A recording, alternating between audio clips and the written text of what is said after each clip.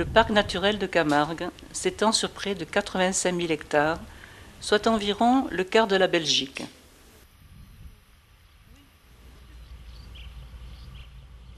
La nation gardiane entretient les traditions camarguaises, le mode de vie, les costumes et les jeux taurins.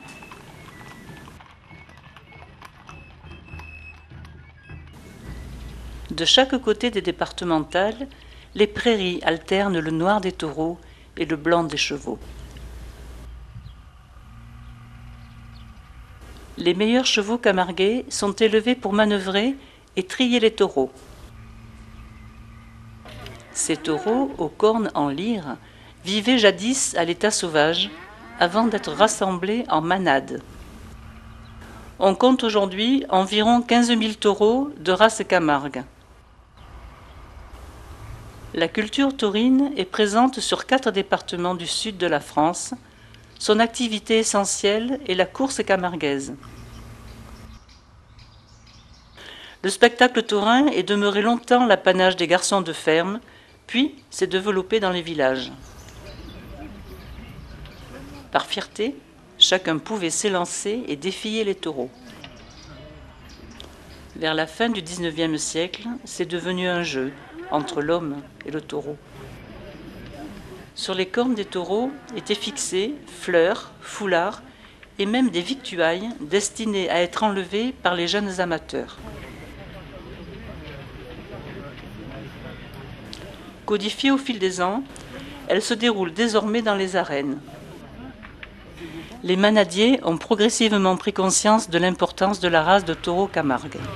Sa morphologie et sa combativité le prédisposent à la course plutôt qu'au travail ou à la production de viande. La fixation de cocardes, de ficelles et de glands apparaît sur les cornes. Un système de primes se mit alors en place.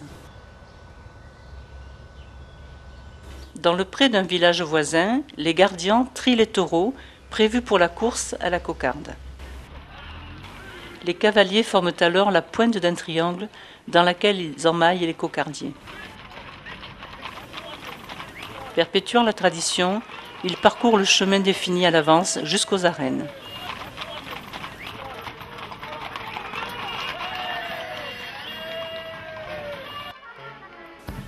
Au pas accéléré, les cavaliers se resserrent, entourent les taureaux et ne laissent aucun passage entre les chevaux. Le long du trajet, les jeunes du village hurlent et gesticulent, espérant effrayer les chevaux et ainsi créer une fissure pour faire s'échapper les taureaux. C'est l'occasion pour les gardiens de démontrer les aptitudes de leur monture.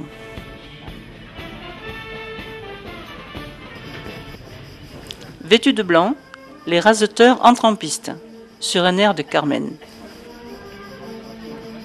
Ils saluent la présidence et le public. Le raseteur est un athlète qui se prépare toute l'année au face-à-face avec le taureau. À l'origine, formé sur le tas, il s'inscrit aujourd'hui dans une école taurine, sans pour autant en faire son métier.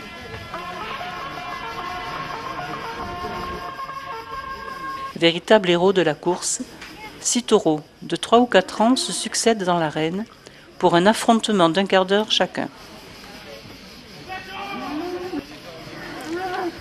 Annuellement, le titre suprême de taureau d'or sera attribué à l'animal le plus agressif et le plus intelligent.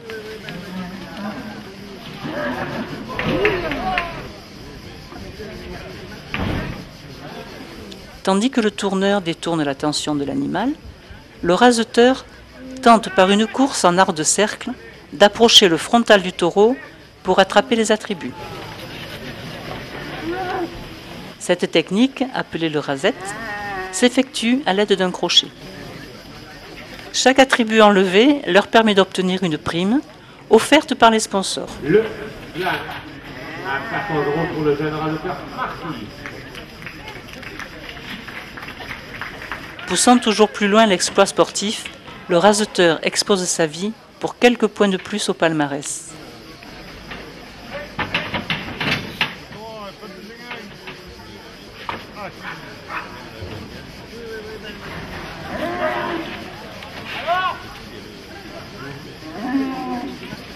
En fonction de sa force et de son moral, le cocardier peut faire une carrière de 9 ou 10 ans. Contrairement au taureau espagnol, il n'est jamais mis à mort.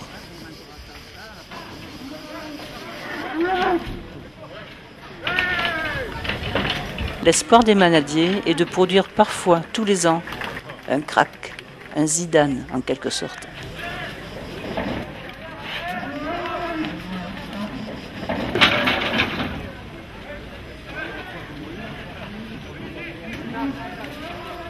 Le Glac à 32 €.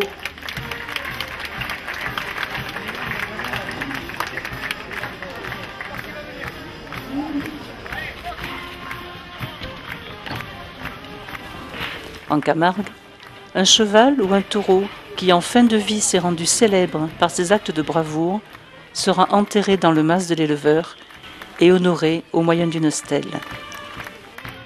Ces traditions, devenues spectacles, perpétuent l'amour des chevaux et la passion des taureaux.